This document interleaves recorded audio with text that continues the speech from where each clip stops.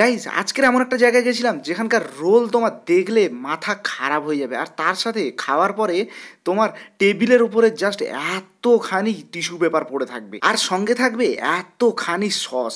আর তার সঙ্গে এই রোলের সাইজ দেখলে তুমি জাস্ট অবাক হয়ে যাবে। আর এর মধ্যে কি না কি নেই, আর এটা সার্ভ করার জাস্ট টেকনিকটা দেখো। জানি এবার শুনে তোমাদের মনে হচ্ছে যে এটা কোথায়, আসলে লোকেশনটা কোথায় এটাই মনে হচ্ছে। তো যাই হোক, লোকেশনটা অবশ্যই দেখাবো শেষে। তো তার আগে বলি, আমরা সন্ধেবেলা কিন্তু সবাই বেরিয়ে পড়েছিলাম। সন্ধে বলতে প্রায় 6টার সময়, কারণ আমাদের একটু আগে আগে বেরোতে হবে, না হলে ওখানে কিন্তু প্রচণ্ড লাইন পড়ে যাবে। মানে লাইন দিয়ে তোমাকে রোল খেতে হবে। জাস্ট এটা শুনে আমি তো অবাক হয়ে গেছিলাম। জাস্ট আমরা এখানে চলে এসেছি, কিন্তু বাইরেটা যে একদম বিশাল সুন্দর আলো টালো দিয়ে তা কিন্তু নয়, কিন্তু এখানকার লাইনটা জাস্ট দেখো, যে এইরকম লাইন দিয়ে কিনা এগ রোল খেতে হবে। ভাই কী রোল না জানি, যে এরকম লাইন দিয়ে খেতে হয়, আমি জাস্ট দেখে তো অবাক। আমি শুনেছিলাম, বাট এইরকম যে লাইন দিয়ে খেতে হয় এটা আমি জাস্ট এইরকম চোখে নিজে দেখলাম এখন।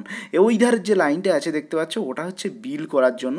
আর এই দিকে আমরা দাঁড়িয়ে আছি বিল করার পরে এখান থেকে আমাদের নিতে হবে।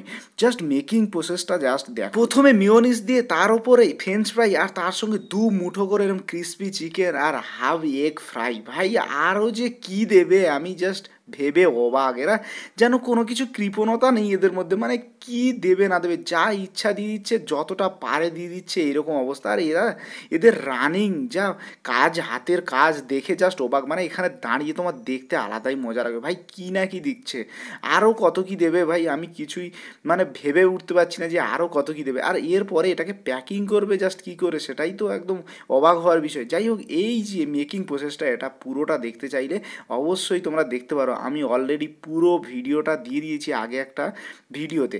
তো যাই হোক, চলো আজকের শুধু এই যে এত বড় বড় রোল জাস্ট অবাক, মানে দেখতেই এখানে খেতেই তো আরও মারাত্মক লাগবে।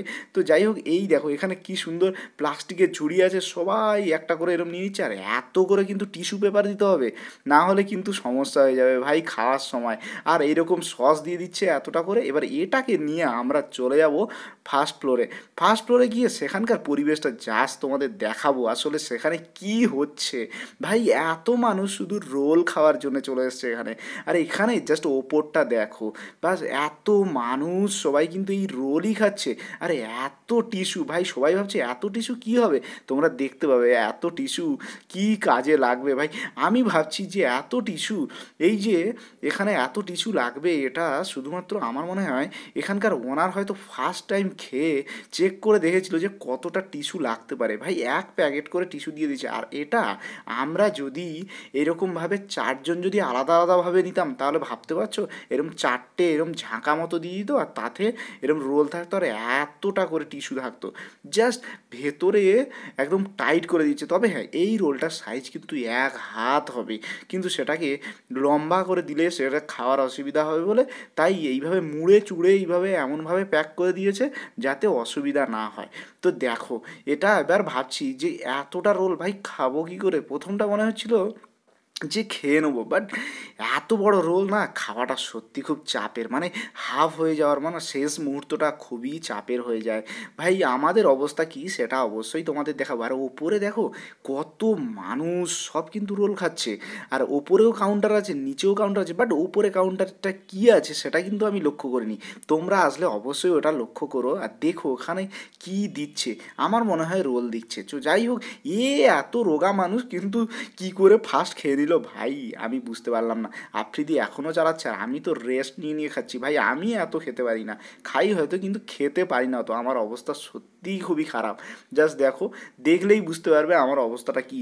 যাই হোক, এরাও যেন খুব কষ্ট করে খেয়েছে এরকম একটা ব্যাপার। কিন্তু রোল একটা খেলে আর কিচ্ছু খেতে হবে না ভাই, সত্যি খুব কষ্ট হয়ে গেছে। আর আফ্রিদি খুব চাপে খাচ্ছে বোঝা যাচ্ছে, আর এও প্রচণ্ড চাপে খেয়েছে।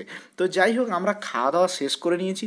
আর এখানকার অ্যাম্বিয়েন্সটা কিন্তু খুব সুন্দর, আর এখানকার জাস্ট সব কিছুই যেন মারাত্মক সুন্দর। মানে এই দেখো এত কিছু, ভাই কি অবস্থা তোমরা শুধু দেখ। চলো এবার তোমাদের বলি এই লোকেশনটা কোথায়। এটা হচ্ছে ব্যাঙ্গালোরে কামানাহাল্লি বলে একটা জায়গা আছে, যেটা কিনা ফ্লোরেন্স কলেজে যারা পড়ে তাদের একদম পাশে, হেনুর ক্রস। সেখান থেকে বেশ 15 মিনিট অটো। রেস্টুরেন্টের নাম হলো আল আমানা ক্যাফে অ্যান্ড রেস্টুরেন্ট। যাই হোক, এখানে যারা কাছাকাছি আছে অবশ্যই চলে আসো, আর সবাই একটু ফলো করে দিও আমাকে।